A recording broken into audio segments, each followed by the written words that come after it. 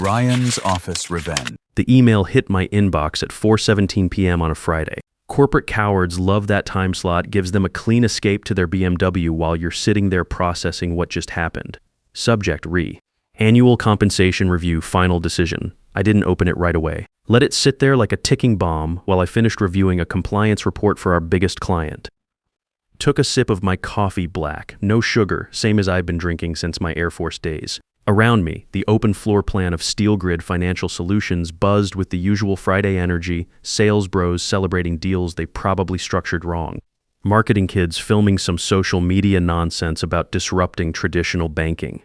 I'm Garrison Wade, 47 years old, senior contracts and regulatory analyst. That means I'm the guy who reads the 500-page documents these hotshots sign without looking. I keep us from accidentally violating federal banking regulations that could shut this place down overnight. Finally, click the email. Garrison, appreciate your patience on the compensation adjustment. Your performance metrics remain exemplary. However, due to current budget reallocations and pending regulatory review cycles, your salary adjustment request has been lost in legal review. We'll revisit this next quarter. Best, Todd Barrett, HR Director. Lost in legal review, 4th year running, 3 years back it was market uncertainty. 2 years ago, restructuring priorities. Last year, compliance budget constraints, now this bureaucratic masterpiece. Meanwhile, I knew for a fact they'd just approved a $20,000 retention bonus for some 28-year-old developer who'd crashed our testing server twice last month. I processed his paperwork myself. I adjusted my watch band. Vintage Omega Speedmaster. Gift to myself after 12 years in the Air Force. Felt something shift in my head. Not anger exactly. More like when you're troubleshooting a system and suddenly see the real problem hiding behind all the obvious symptoms. These people thought I was office furniture, a reliable piece of equipment you use daily but never really notice. They figured because I didn't play foosball or wear startup t-shirts that I had no tactical advantage. They miscalculated. I looked across the office at the sales team. They were popping champagne over the mid-state banking deal, an $80 million contract that made SteelGrid's quarterly numbers. It was our crown jewel, the deal that funded our CEO's new Tesla and the fancy espresso machine in the break room. It was also a contract I'd written. Not the PowerPoint presentation, not the handshake. I drafted the master service agreement, the regulatory compliance addenda, the 73-page attachment covering federal banking oversight requirements. I remembered that attachment clearly, written 6 years ago when we were desperate for cash flow.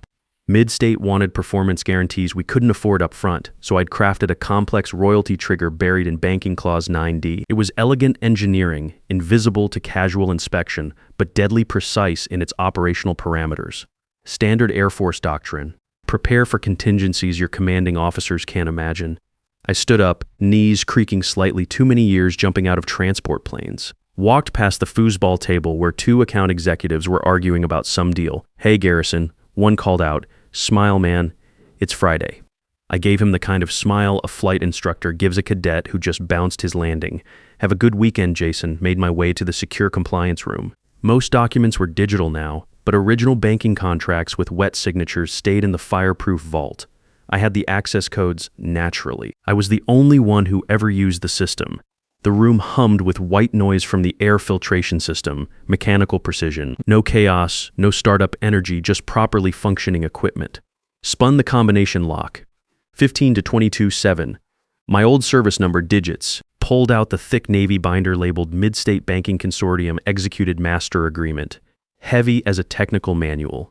Substantial. Flip to page 58, Banking Clause 9D times New Roman 10-point font, small, unassuming.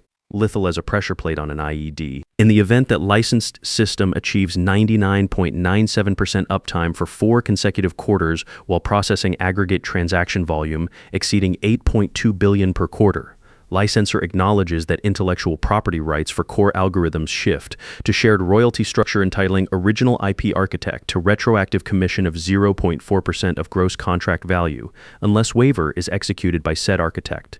Signature page showed CEO signatures from both companies, and at the bottom in my careful engineer's handwriting, IP Architect Compliance Officer, Garrison Wade. I closed the binder. The silence in that room carried weight, potential energy, like a spring under compression, waiting for release. Lost in legal review. The operational irony was perfect. Spent the weekend at home, which operates on completely different protocols than SteelGrid's chaos. Quiet, organized, no foosball table, just my workshop where I restore vintage timepieces and a bourbon collection that actually impresses people who understand quality craftsmanship. Had the contract documentation. Now I needed the performance data. Logged into our admin portal Sunday evening. My access level was comprehensive, not because I'm some hacker, but because 7 years ago our CTO got tired of manually approving my audit requests and gave me root access to the data warehouse. Probably forgot he did it. People forget a lot of details about support systems until they fail catastrophically. Pulled the uptime reports for the last 18 months. Q2 2023, 99.98%. Q3 2023, 99.9%. Q4 2023, 99.97%. Q4 2024, 99.98%. 4 consecutive quarters above the threshold. Military precision and civilian systems. Transaction volume data, 9.1 billion, 12.3 billion, 8.9 billion, 10.7 billion, all well above the 8.2 billion trigger point. I leaned back in my chair, blue light from the monitor reflecting off my reading glasses. The calculations were simple. The tactical implications weren't. 0.4% of $80 million over 5 years. Base calculation, $320,000, add penalties for failure to notify, compound interest for delayed payment, regulatory violation fines. Conservative estimate, $500,000 minimum. But this wasn't about money. This was about operational parameters. I'd written Banking Clause 9D as a failsafe when we were a struggling startup. Protection against hostile acquisition. Current executive team, most hired after I engineered this contract, had never bothered reviewing legacy compliance protocols. They treated the mid-state deal like a cash dispensing unit, completely unaware they'd been operating without proper authorization codes. Classic command failure. Ignore your logistics specialist until the supply lines collapse. Printed every performance report. Built a documentation fortress. Paper trail thicker than a technical order manual. Sunday evening, I sat on my back deck with 2 fingers of Maker's Mark. Watched the Arizona sunset paint the desert hills copper and gold. Like the view from a C-13 over Afghanistan, but without the incoming fire. Thought about Todd in HR and his lost in legal review message. Corporate speak for we don't respect you enough to tell the truth. Took out my phone. Didn't call a lawyer yet. Called someone who'd appreciate the operational irony as much as I did. Douglas Mitchell answered on the 3rd ring. He was general counsel for Midstate Banking, a guy who'd spent 20 years negotiating deals for financial institutions.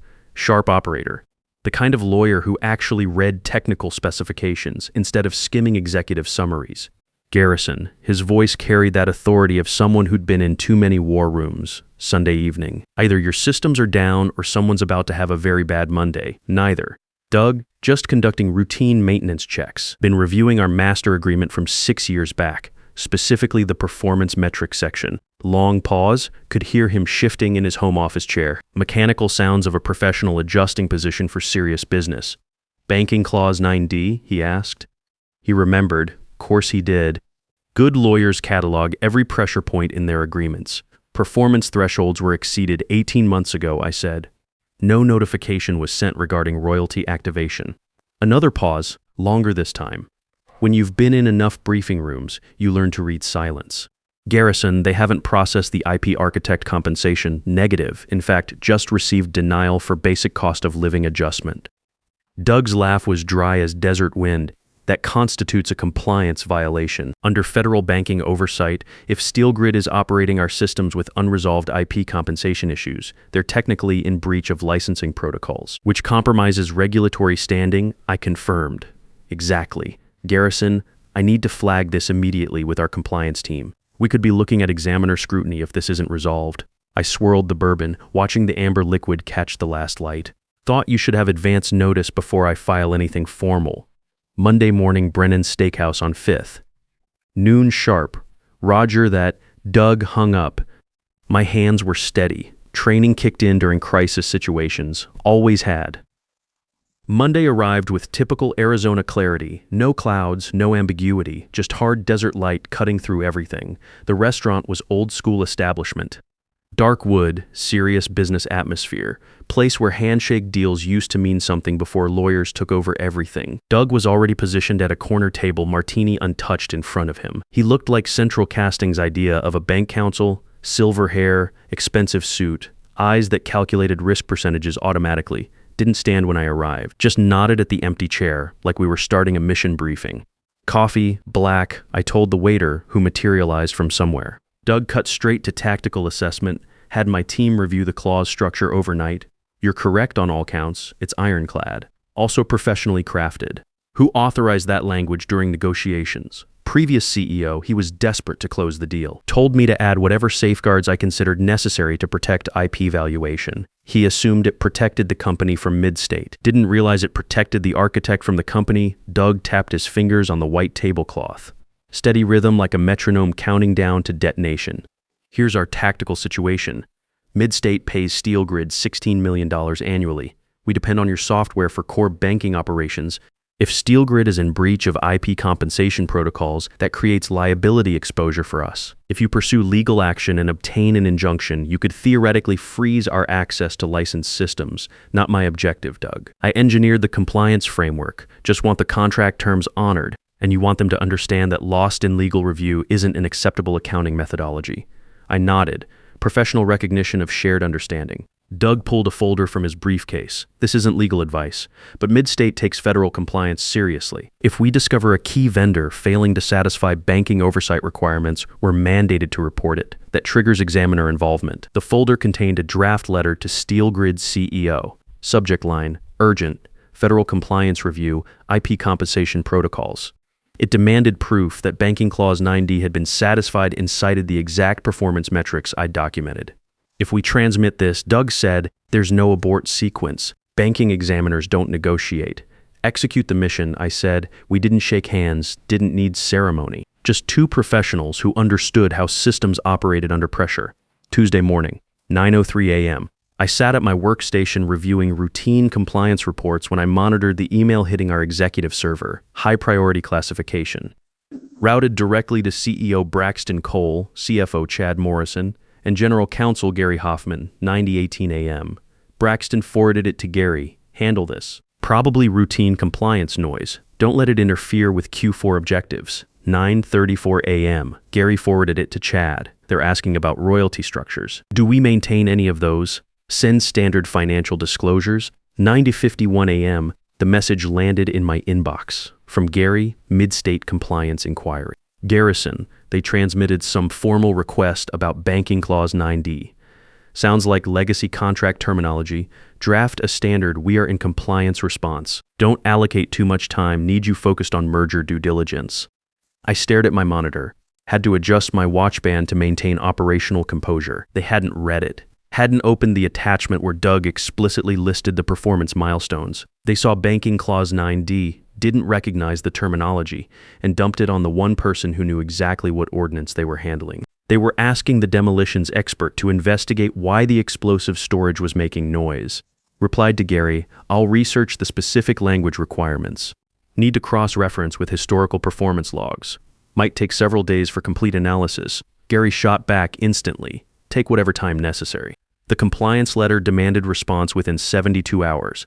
That deadline would expire Friday morning. If missed, Midstate reserved the right to suspend payments pending federal examiner review. I opened a new encrypted folder, Project Accountability. Dragged in the HR denial email, Gary's message asking me to handle the audit about my own unpaid compensation. Screen captures of executive expense reports showing $30,000 in business dinners that were actually golf weekends in Scottsdale. Always document everything. First rule of military intelligence. Wednesday's executive team meeting was tactically fascinating. Sat in the conference room listening to Braxton present slides about unprecedented uptime performance and record transaction volumes. The exact metrics that triggered my royalty clause. He might as well have been briefing on mission success while ignoring the after-action report. We are absolutely dominating. Braxton announced, literally fist-pumping like a college quarterback. Midstate couldn't be more satisfied with our operational performance. Gary was scrolling through Instagram under the table. He'd completely forgotten about the compliance letter. Command failure in real time. Thursday arrived and departed. I didn't transmit the response. Didn't draft the we are in compliance letter Gary expected. Just updated the ticket in our internal system. Status, pending executive review. Awaiting authorization for release. Technically accurate. I was waiting for them to execute their responsibilities. Friday morning, 9 a.m. sharp. The 72-hour deadline expired. 9:02 a.m. My phone buzzed. Text from Doug, radio silence. Interesting tactical choice. They delegated response authority to me, I replied. Still conducting analysis. Doug sent back a chess piece emoji. The game was in motion. The all-hands meeting was scheduled for 10:30 a.m. Monthly ritual where Braxton stood in our main conference room delivering motivational speeches about changing the financial services landscape. Room was packed. Developers, sales team, marketing personnel, everyone holding coffee cups and looking like they'd rather be debugging code. Braxton was up front wearing his signature uniform, startup t-shirt under a $3,000 blazer. Q4 is looking absolutely incredible, he announced through the wireless mic. Midstate is expanding our partnership. We're projecting 25% growth trajectory across all metrics. I positioned myself against the back wall, checking my Omega. 10:33 a.m. The main doors opened, not a late employee. 3 men in dark federal suits walked in, behind them Doug Mitchell in his trademark Navy pinstripe. The room went silent, like someone had cut the power to the PA system. Braxton squinted against the presentation lights. "Gentlemen, can I help you?" The lead federal examiner walked straight to the front. His voice didn't need amplification. "Braxton Cole, Chief Executive Officer of SteelGrid Financial Solutions." "Yeah, who's asking?" The examiner handed Braxton a thick document bound in official seals. "Federal Banking Compliance Investigation. You're being served with an administrative subpoena for breach of vendor licensing requirements and failure to satisfy IP compensation protocols under CFR Title 12, Section 563.1180. Dead silence, could hear the HVAC system cycling. "What is this?" Braxton's voice cracked like a cadet on his first solo flight. "This is some kind of mistake." Doug stepped forward. "No mistake. Midstate Banking submitted a formal compliance report Tuesday. You failed to respond to our audit request regarding Banking Clause 9D, per federal oversight requirements, that triggers mandatory examiner review." "Banking Clause what?" Chad pushed forward from the side like he was storming a position. "We don't owe anyone royalties. This is a software company, not a music label." Actually, the examiner said consulting is tablet, your senior contracts, and regulatory analyst documented specific IP compensation triggers tied to performance metrics. Metrics you've been publicly reporting as achieved for over 18 months. Every head in the room turned. 200 pairs of eyes followed the examiner's gaze to where I stood by the exit. I didn't retreat, didn't look down, walked forward through the crowd, like advancing through hostile territory with complete mission confidence. "Banking Clause 9D, I said, my voice carrying clearly through the silent room. "Performance-based royalty trigger. B 4% of gross contract value upon achieving specified uptime and volume thresholds." Braxton stared at me like I'd just announced the building was rigged with explosives. "Garrison, what is this?" I pulled an envelope from my jacket pocket. "My attorney's letter of representation and whistleblower protection notice. I believe my compensation review just got located in legal." Handed the letter to Gary, whose hands started shaking as he read the law firm letterhead. "Conference room," I suggested to the examiner. "I have all the relevant documentation prepared for review." 10 minutes later, we occupied SteelGrid's main boardroom, me and Doug on one side, Braxton, Chad, and Gary on the other. Federal examiner taking notes at the head of the table like a court reporter. Braxton looked like he was experiencing altitude sickness. "Garrison, we can resolve this. Retroactive compensation adjustment, 15%, 20%. I maintain neutral expression. "We're beyond salary adjustments, Braxton. We're discussing Banking Clause 9D, federal compliance protocols.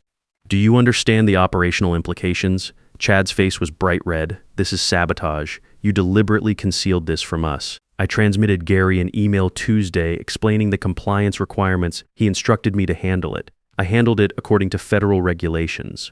Gary opened his mouth, then closed it. He knew I had the complete communication record, knew I had documented everything. The examiner leaned forward. "Mr. Cole, SteelGrid owes Mr. Wade approximately $480,000 in performance royalties plus penalties for failure to notify. Additionally, operating financial systems while in breach of IP compensation requirements violates CFR 12563. That carries potential corporate sanctions and individual officer liability. $500,000. Braxton whispered like he'd just been told the casualty count. I slid a term sheet across the table, had my attorney draft it over the weekend using standard military contract specifications. Payment of all back royalties with interest, $483,000. Formal acknowledgement of administrative oversight. Reinstatement of royalty clause with updated notification requirements. My legal fees covered in full, and a promotion to VP regulatory compliance reporting directly to the board. Chad stared at the paper like it was a live grenade. "This is extortion." "Negative," I said quietly. "This is the cost of calling an Air Force veteran's attention to detail nitpicking for 4 consecutive years." The examiner cleared his throat. Mr. Cole, I should mention that failure to resolve this creates ongoing compliance violations. We'd be required to flag this in our next regulatory review of mid-state banking operations. Braxton slumped in his chair. For the first time in the 8 years I'd worked there, he actually looked at me, not the quiet guy in the corner office who fixed contract formatting. The man holding his company's operational future, agreed, he said. We'll execute the settlement. Doug clicked his pen. I have the agreement documentation prepared. The wire transfer hit my account Wednesday afternoon. $483,247.80 looked like coordinates for a GPS target. Felt like mission accomplished. But the real tactical victory was watching the organizational restructuring over the following weeks. Braxton transitioned to strategic advisory role to focus on long-term vision development. Translation: the board heard about nearly losing our primary client and relieved him of command. Chad decided to pursue new opportunities after my first audit of his expense reports revealed some creative interpretations of business development costs. His departure was swift and permanent. Gary maintained his position but transformed into a ghost operator. Spent his days actually reading contract documentation now, door closed, frantically searching for other buried ordnance that might detonate. As for my situation, I got the corner office with windows facing the mountains, replaced the disrupt everything motivational posters with my Air Force commendation certificates, and a photo of my old squadron. My new designation, VP Regulatory Compliance and Risk Management. Hired Kevin Torres as my senior analyst. Promoted him from junior status where he'd been underutilized. First operational directive, we read everything. Second directive, we flag everything. Third directive, never ignore a red indicator in any compliance matrix. The organizational culture shifted like atmospheric pressure before a storm. Sales personnel learned to request meetings before entering my office. They discovered that Garrison needs to sign off meant having documentation squared away or facing immediate mission abort. Doug and I maintained monthly tactical briefings over lunch. Don't discuss much business anymore. Mostly bourbon varieties and the fascinating ways people engineer their own operational failures. 6 months later, received an email from Todd in HR subject. Annual performance review, executive level compensation. Garrison, your compensation package has been processed and approved by the board of directors. Substantial increase reflects your expanded operational responsibilities. No administrative delays this time. Best regards, Todd Barrett. I reviewed the message twice. Took a sip of my coffee, still black, still simple, but now the premium single origin blend the company stocks in the executive break room. Hit reply, appreciate the operational efficiency, Todd. Ensure it's filed correctly. Wouldn't want anything getting lost in legal review again. Closed my laptop. The sunset through my office windows painted the desert hills amber and gold, like the view from a successful extraction flight. Heading home with mission objectives accomplished. They say the devil is in the details. They're incorrect. The devil is in the person who actually reads the details, understands the tactical implications, and knows when to execute the plan. That person just got promoted to VP level. But here's what this really comes down to, and I want you to think about this carefully. Every single one of us has been in that position, where some corporate hotshot half your age thinks your experience doesn't matter, where they treat your professional expertise like it's disposable furniture. You've sat in those meetings watching 28-year-old MBA graduates make decisions about systems they don't understand, probably nodding along because you need the paycheck. The difference between getting steamrolled and getting respected isn't luck, it's preparation. It's reading every single document they're too lazy to review. It's understanding the systems they take for granted. It's building your knowledge base like you're preparing for combat, because in the corporate world, that's exactly what you're doing. You don't have to accept being invisible. You don't have to smile and nod when some kid in a $3,000 blazer tells you your raise got lost in legal review for the 4th year running. But if you're going to push back, you better make sure you're holding the right cards, and you better make sure you know exactly how to play them. Your expertise has value, your experience matters, and sometimes the best revenge is simply showing them exactly how much they need what they thought they could take for granted.